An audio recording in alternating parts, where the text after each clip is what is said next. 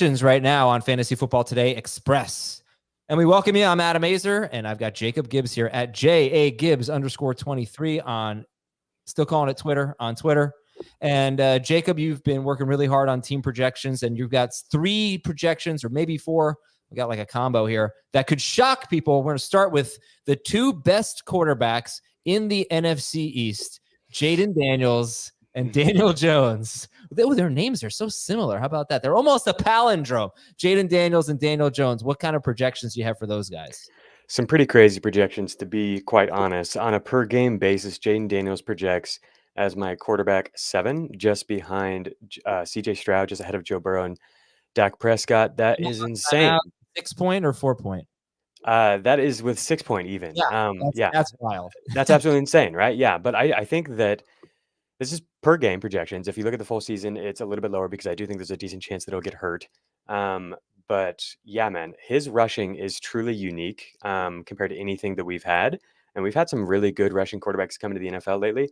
But if you compare Jaden Daniels to those guys, he scrambled on a higher percentage of his dropbacks than Jalen Hurts, than Justin Fields, Lamar Jackson, Kyler Murray, Anthony Richardson, Josh Allen, anybody. He's at the top of the list of recent quarterbacks to come into the NFL. He also had a pretty high designed rush rate in college. Both those things typically translate pretty well from college to the pros. And so I'm also projecting Washington to play very, very fast this year. So when it all comes together, there's potential for a massive play volume season and a massive amount of rushing for Jaden Daniels. And rushing is just a cheat code in fantasy football when it comes to quarterback play. And that brings us to Daniel Jones. Obviously not exciting. Has been a huge disappointment. Adam is not a fan. I get that. Yeah, I root for him. I just don't really think he's good. Daniel Jones, I have projected for more points per game than Baker Mayfield, Geno Smith, Matthew Stafford, Jared Goff, Kirk Cousins, some guys, Aaron Rodgers, some guys. It really, really surprised me where he came out on a point per game projection.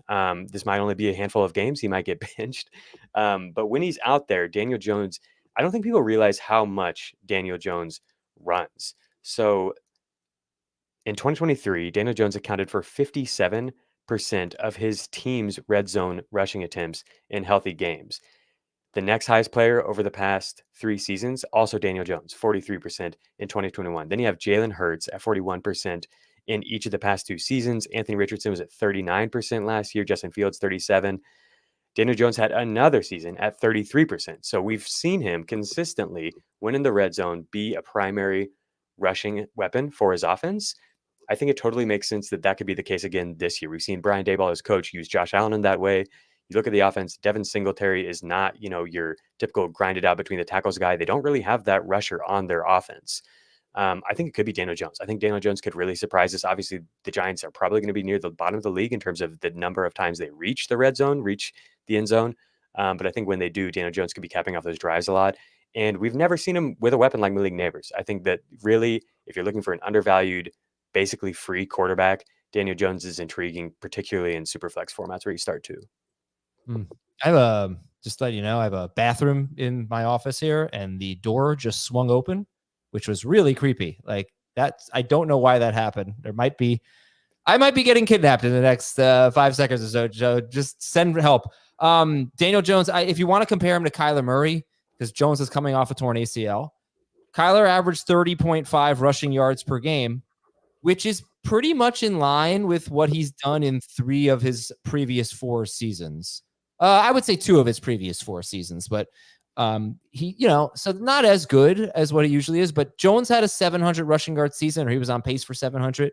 He could get to 500. I mean, and then he could be in the fantasy relevant discussion. I do think he gets benched if he struggles because he has injury guarantee in his contract. So if he were to get hurt, the Giants would not be able to cut him and save money. His 2025 salary, I don't know if it would become fully guaranteed or mostly guaranteed or whatever it is, but it's like what we saw with Derek Carr 2 years ago, Russell Wilson last year. If they decide that he's not their guy going forward, I think, will bench him to save themselves the injury risk, which would hurt them financially. And I think it would happen sooner in the season than would with the other guys. All right, we got to take a break here on Fantasy Football Today Express. Jacob, your task is to give us 2 more projections in 4 minutes. We'll be right back on FFT Express. Let's talk about Nico Collins, Jacob, and a crazy, shocking projection for Nico.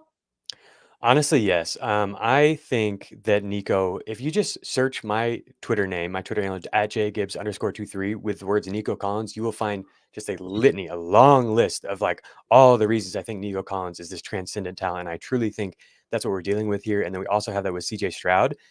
The thing that's really driving this projection is that I have the Texans throwing notably more than they did last year, particularly on first downs, particularly in the red zone as well. And all this combines to a shocking projection for Nico Collins. I have him projected for more points than Garrett Wilson, for more points than Puka Nacua, for more points than Marvin Harrison Jr. I really love all of those players. That's where he comes out in my projections. I think this offense is going to be phenomenal and produce massive volume. And the potential for Nico Collins is off the charts. He could absolutely finish as the wide receiver one in fantasy. If Tank Dell gets hurt, if Stephon Diggs gets hurt, if this offense produces more than I expect, I've tried to temper my expectations and not get out of control here, but CJ Stroud could be MVP, right? No one would be surprised by that outcome at all. In that situation, it's not coming through rushing production. It's probably coming through 40 plus passing touchdowns, that kind of a season. If that happens, Nico Collins is going to be a huge, huge part of it. All right. And finally, let's talk about the Titans backfield where you actually favor Tajay Spears. And I've seen the ADPs are getting closer between Pollard and Spears.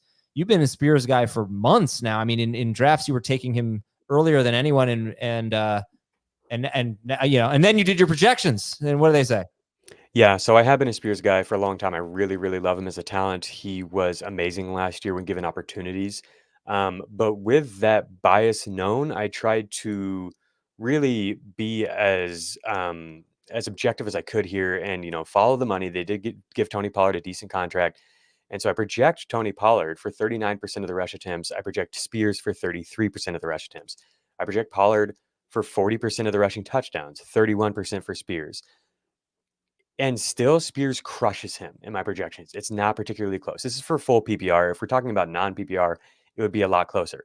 But I have Spears going over 70 targets again. He did that last year. I don't think people realize that, but he really was extremely involved as a receiver. He was a good receiver in college as well. All the moves from this team indicate that they're going to lean heavily into the pass game. I have the Titans projected for the fourth lowest run rate. They're going to be playing from behind a lot, I think. And the coaching staff wants to pass. They brought in these receivers. They've talked about how much they're going to use Spears and Pollard as weapons in the passing game as well. I'm super, super excited for Tajay Spears. It's possible that I'm under projecting Tony Pollard's involvement in the passing game, but I think just given how strongly Spears profiles as a pass catcher, rookies don't typically come in and demand the type of target share that he did last year. It's pretty unique. And so I think it's pretty clear to me that he's the preference on passing downs of the two guys. And if they end up passing as much as I think they do, that's going to lead to a lot of targets. Yep. You can still get Tajay Spears as we speak here on July 24th. Pretty late, maybe borderline top 100 pick, or maybe even a little bit later than that. It might go up a little, but he could still get a great value on him. And he could take a larger share of that rushing than I'm projecting. The coaching staff, part of the reason Spears ADP is rising right now is because the coaching staff is leaving it wide open, talking about it 1A, 1B, going to, kind of follow the hot hand type of thing. If he takes a larger share of the rushing than I'm expected, or if Tennessee's offense is better than I'm expecting, I don't think they're going to be very good. But if they are competent and can string drives together, I have them projected for the fourth fewest plays overall. So if that is better and Spears takes a larger chunk of the pie, you could be looking at seriously a top 20, top 24 running back in PPR leagues. Thank you very much to Jacob Gibbs. I am Adam Azer. This has been Fantasy Football Today Express. We'll have another episode for you tomorrow.